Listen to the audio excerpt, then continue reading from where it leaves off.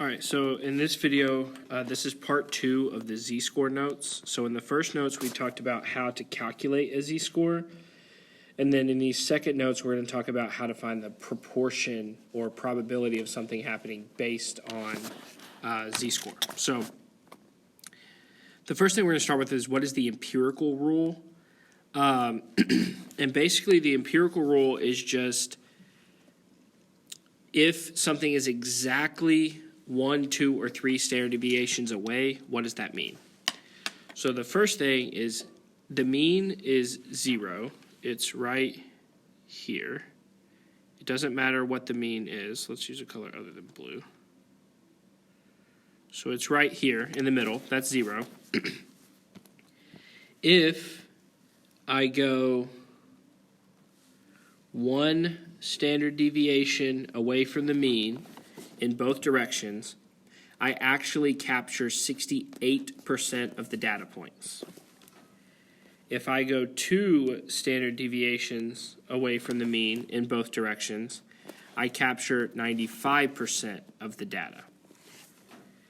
If I go 3 standard deviations away from the mean, I capture 99.7% of the data. So basically, all of the data is contained within 3 standard deviations above and below the mean. This is something I would have in our notes. Remember, the quiz is open note, but the exam will not be. So make sure that this is written down in our notes to reference later.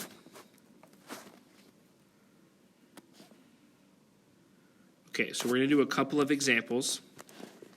So it says, what is the proportion of population of Jordans cost less than 247 if the mean price is 279 with a standard deviation of 16? So step 1 of calculating the proportion of something happening is first we must calculate the z-score. So if we remember z-score, so then we're going to divide by standard deviation. So in this scenario, I know my x data point is the cost of my shoe, which is 247. The mean is 279, and the standard deviation is 16. So when you do that math, I find that we have a z-score of -2. Okay, so in part 1, we stopped here. But in part 2, it's not asking what is the z-score, it's asking what is the proportion of the population. So we actually need to go look at this table. If you're in my classroom, on the back desk, there's a green sheet of paper, and this table is a laminated green sheet. If you're at home, you can find this document on the Course Resources tab on the homepage of Canvas. It's right underneath the class calendar, and it's called the Z table right here, the Z table. Okay, so here it is. So we said that my z-score was -2.0. So here's the z's right here. So I need -2.0. And then the second decimal place on -2 is also 0. So it's -2.00. Normally you'll have decimal points, and I have a couple more examples that will. But so the proportion of -2.00 is right here. Oh, y'all can't see my mouse. Hold on. Of 2.00 is right there. It's where -2.0 meets 0, so the proportion of shoes that cost less than 247 is 0.0228. Okay? What's important to note about the z-score table is it is the left probability. It is the probability of less than that z value, and that's very, very important. Oh, I guess my work's gone. But we did our work, and we got z equals -2. And then we went to the z table.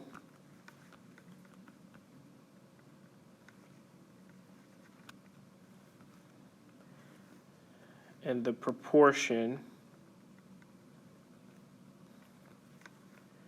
equals 0 0.0228.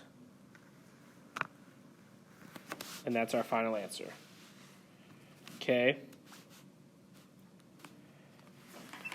And remember that the chart tells me less than probability. Okay.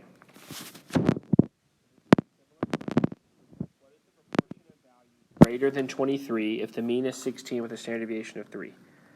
So step 1 is to find z-score. So z equals 23 minus 16 over 3. And when you do that, you get a z-score of 2.33. Remember, round to 2 decimal places. So we have a z-score of positive 2.33. So again, in part 1 we stopped. But this says what is the proportion. So when it says what is the proportion, we need to go to the z table to find it. And this says the proportion of values greater than 23. So we're going to go to the z table, and I'm looking for positive 2.33. So if I look right here, 2.3 is right here, but the second decimal point is also a 3. So I'm trying to go where 2.3 intersects with 3.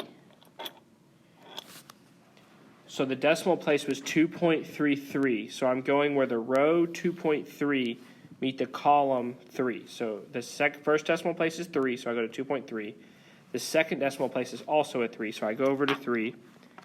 And we see that they link up right there. So again, the z-score is the less than probability. So the proportion of shoes less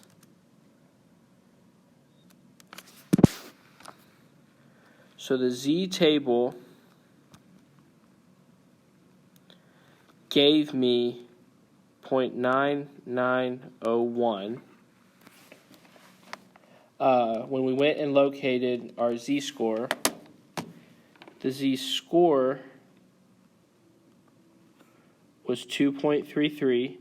And when we went to 2.33, the z-table told me that the proportion was 0.9901. But this question says, what proportion is greater than 23? The z-table tells me less than probability. So this is less than 23. That's not what it asked for. It asked for greater than 23, so if I want greater than 23, I'm actually going to do 1 minus the proportion to find the greater than proportion. And this makes sense. So if there's a 60% chance that you make your free throw, there's a 40% chance that you don't. If there's an 80% chance of catching a touchdown, there's a 20% chance that you don't catch it. Right? So if there's a 99% chance of a shoe being less than $23, there's a 1% chance of a shoe costing more than that. So the z-table tells you less than. So if the question asks for less than proportion, whatever the table tells you is correct.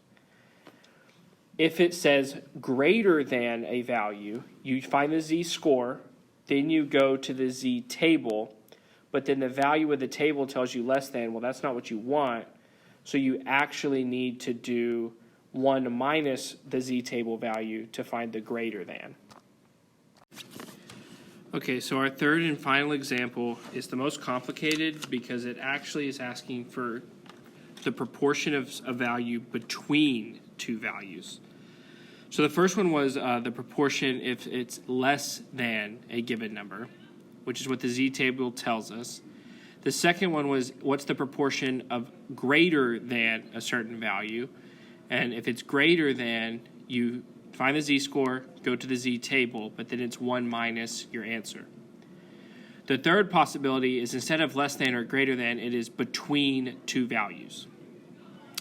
So if it is between two values, so this is what is the proportion of values that fall between 160 and 190 if the mean is 175 and the standard deviation is 21.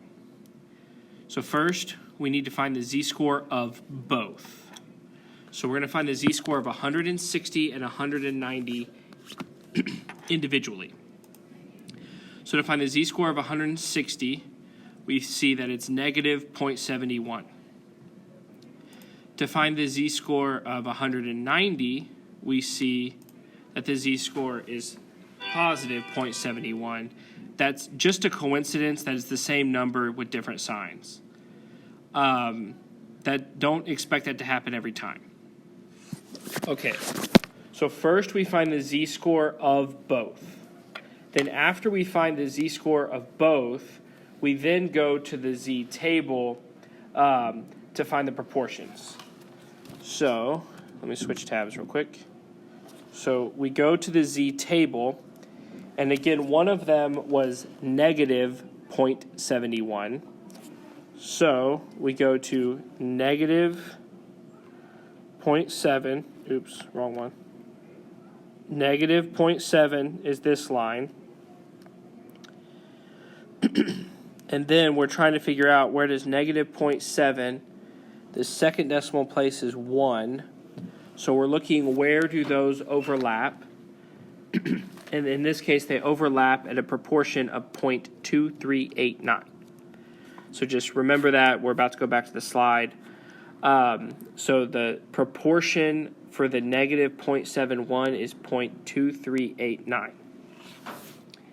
The second one is positive 0.71. So for positive 0.71, we're going to see where does positive 0.7 intersect 1.